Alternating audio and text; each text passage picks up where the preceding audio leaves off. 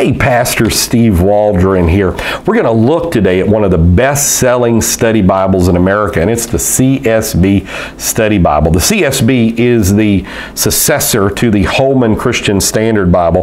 They just decided to take the Holman part out because Holman indicates Southern Baptist. It's basically the Southern Baptist publishing house, so they just decided to say the CSB Study Bible. But you can tell, you know, it's about 9.5 inches high. It's maybe about 2 1/4 inches thick. It's not a big study Bible. It's smaller than the NIV Study Bible, which has been so popular for so many years. I guess it came out in, what, 81 or something like that. And it's about 7 inches exactly across. Now, I get it in hardback, first of all, because I save money, because I don't have much money to spend on these things. And secondly, because I'm going to put it on a shelf. And leather does not go good when you put it on a library shelf. Now, one of the things I do want to compliment Holman. Holman's been publishing some of the best quality Bibles anywhere. Is their dual ribbon markers in a hardback. Let's see if we can get it. And it's dual multicolored ribbon markers. I mean, this is absolutely fantastic. Let me see if I can get this red one out here. It is really in there. So, and just, you know, basically perfectly done ribbon markers. They really look like they're going to last. But ribbon markers are cool. You know, you don't have to try to find a bookmark and all this. And to have two on a hardback is just almost unheard of. It doesn't have colored headbands. It does look like I see some glue in there. It's liable to be Smith sewn. Now I'm going to show you one way I saved money. How I bought this is on Christian Book Distributors. They had a slightly imperfect sale. And what it was is when somebody opened the box, you can tell, looks like they, because I've done this, I did it for many years, just cut it with, you know, your razor blade that you're opening the boxes with. So I was able to save several dollars on that. And then CBD will run sales, they'll give percentages off, then they'll do free shipping. And, you know, so you really save money. This is what it looks like without the slipcover. Very understated. A lot of people don't like slipcovers. The slipcovers do get beat up over time. See the spine? It's just basic. It's not the real rough hardback, you know, like in some of the old textbooks. And it's kind of a classic look now. We'll let you see how the ends look. So it's going to have some pictures. You can tell just based on the coloration of the ends that it's going to have some pictures in there. That type thing. I may do some comparisons of the CSB with some other Bibles if the Lord helps sometime in the future. Then he said to me, these words are faithful and true. Genesis 22:6. Just going to have some CSB study things. It is going to have a little presentation page. And you'll notice a lot of times the presentation pages are preceded by a real thick piece of paper. And then you might think it's pages sticking together. That's actually page stabilization. I don't think you can see it, and I probably can't show it good, but you know, your natural inclination, you're going to want to pull these sheets apart, but it's actually page stabilization. So let's just get right into this. Here's the editorial staff. Wow. University of Basel, THD, Dallas Theological Seminary, Blum, Trevenwax, Stephen Bond, Clendenden. So, Stabenow. I wonder if that's the senator from Michigan's brother or something like that.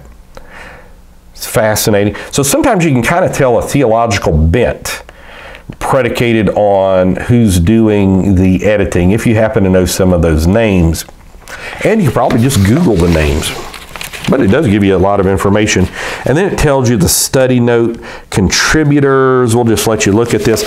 So obviously, I already know, you know, coming from Holman that this is going to have a Southern Baptist bent to it.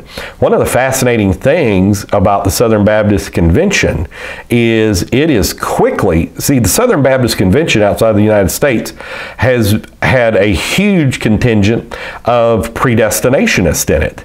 And so it's always kind of this running whatever observation that in the U.S. that they did away with the TULI of the tulip of Calvinism and kept the P, the preservation of the saints, which they call once saved, always saved. But they're starting to keep it all. And I think a lot of that's coming from Louisville. So this is good. Oh, wow. Look at the Hebrew word studies that it's got. It's just got pages of them. So that's going to be kind of cool. Especially if you like the CSB. I'm a traditional text guy. I like the King James, Received Text Bibles, that type thing. But if somebody's into the CSB, and even with the Received Text, if it happens to be using the same thing as the eclectic text or the critical text, you could still use this. It would, the notes, even on the word studies, which would be the most problematic of being the same, would still be usable. So that's pretty cool. I mean, because it's got a lot of word studies there.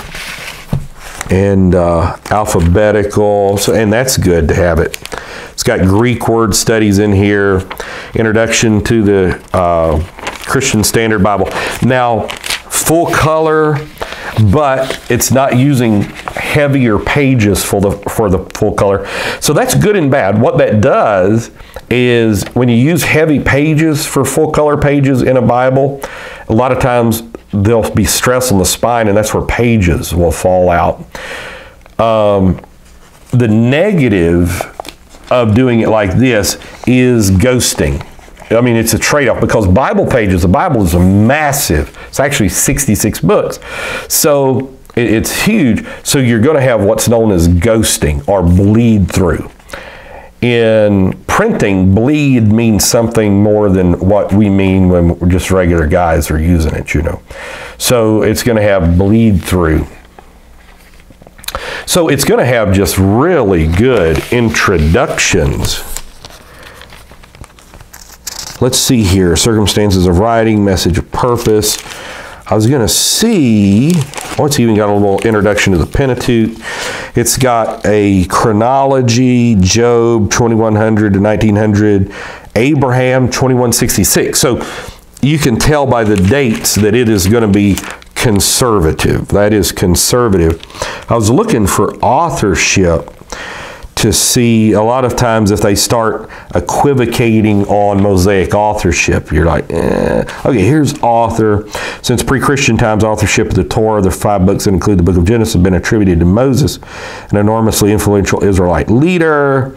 And even though Genesis is technically anonymous, both the Old and New Testaments unanimously recognize as the Torah's author. There you go. Same time, evidence in Genesis suggests that minor editorial changes dating to ancient times have been inserted in the text. So that's like, you need to be careful there.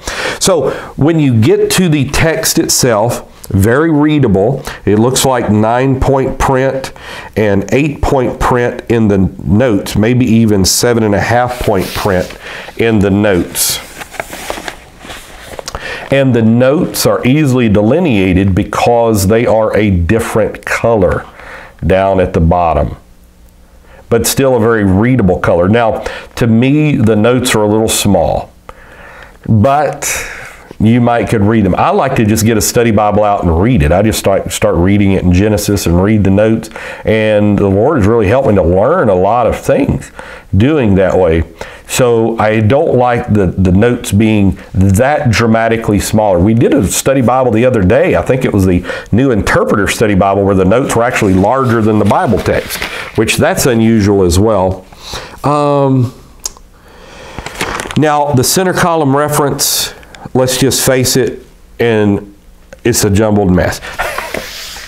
And the reason I say that is because it does not make, like, you know, when you're looking up Genesis 1:2, it doesn't make it stand out. So it's very difficult to find. It's findable and it's usable, but it is not as well thought out maybe or accentuated. And there may be reasons. It could be bleed through. there may be reasons why they did that. Now, I like the center column reference without the lines on the side. I don't mind it with the lines too. I like it with the lines as well. I don't mind the center column reference. A lot of people are moving away from center column reference. But you can just kind of see that it's kind of jumbled. But they must be doing something right, because again, this is one of the best-selling study Bibles in America.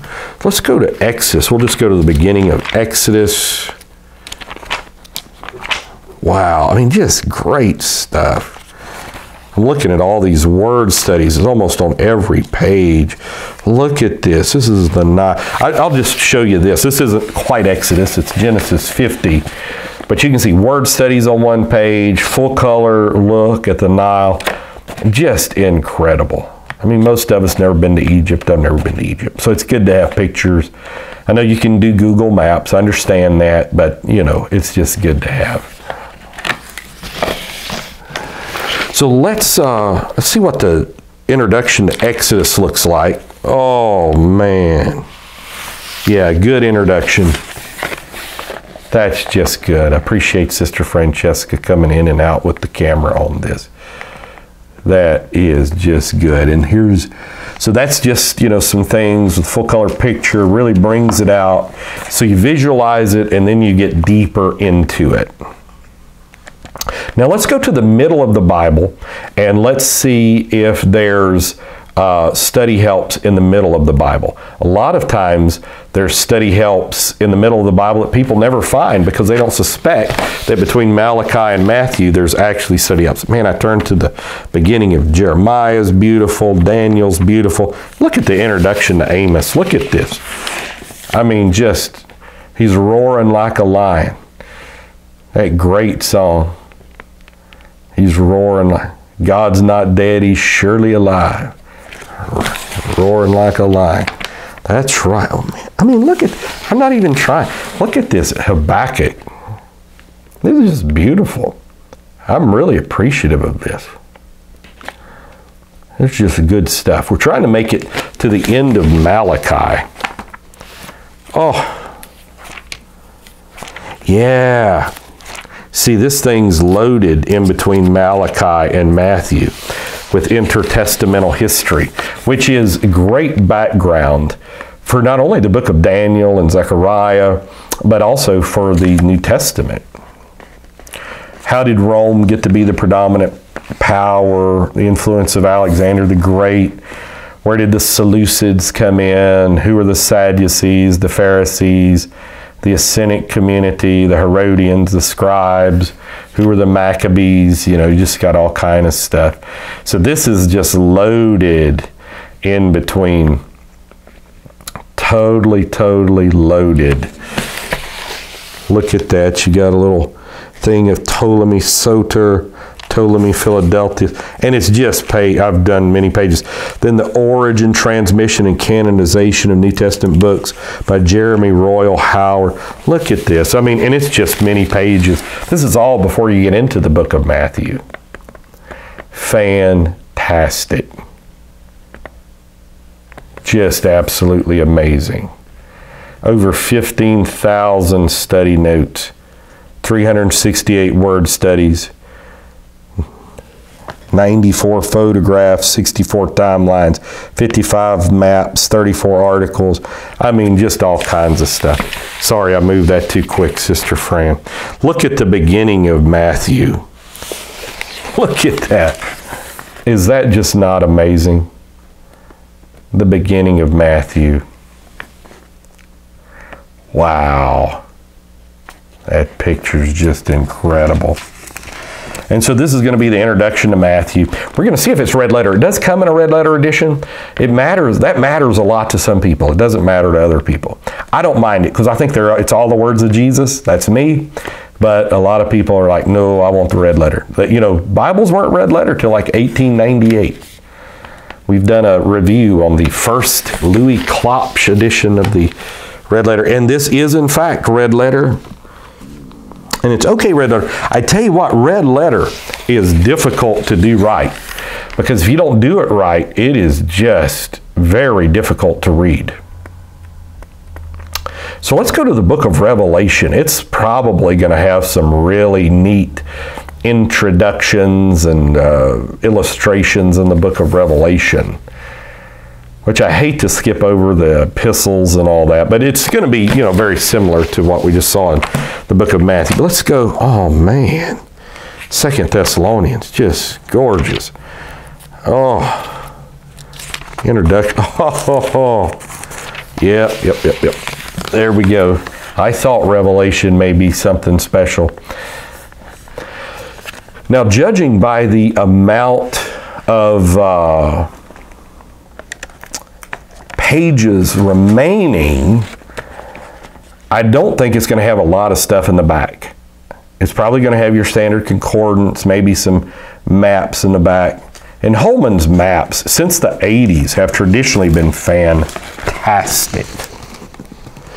You can see it's red letter. I like it's red letter. It'll say the Spirit says, and it's red letter for Jesus. That's really good. Look at that full color map right there. Oh, yeah, that's wonderful. Good stuff. Compliments to Holman. Do like the NIV Study Bible did and bring it out in the King James for us King James people, because there's millions of us out here. You'll be doing yourself a favor. Hallelujah. All right. So let's get to the end. Let's see if it's red letter in 20 and 21. It is. It's red letter in 22. That's a big deal. What Really Happened to the Apostles by Sean McDowell, no doubt. That is Josh McDowell's son, who I think he's either at Biola or Fuller. I think I've got some friends studying under him out in California now, which I would appreciate a lot of his apologetics. He would be more new evangelical. I'm more conservative. I'm like a 6-day creationist kind of guy.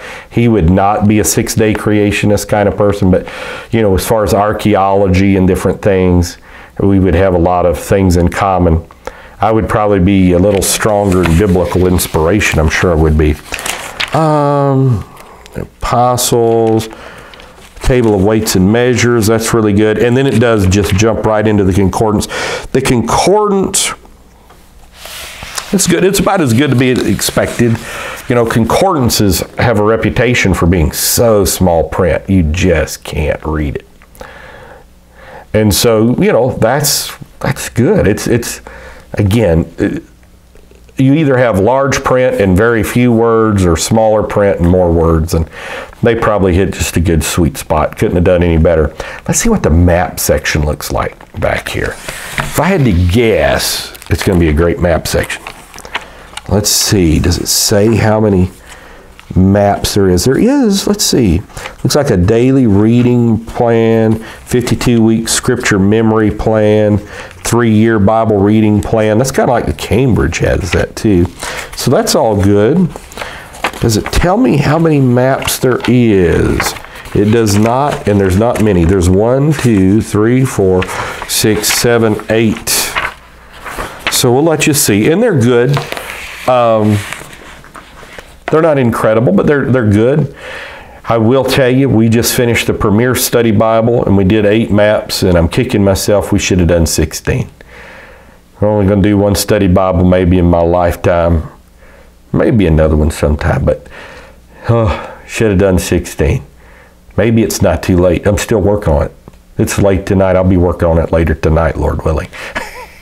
We're still trying to get through with it. So the CSB Study Bible kind of took it stem to stern, readable print, kind of smaller in the notes, tons of stuff, 368 word studies, 15,000 notes, amazing illustrations.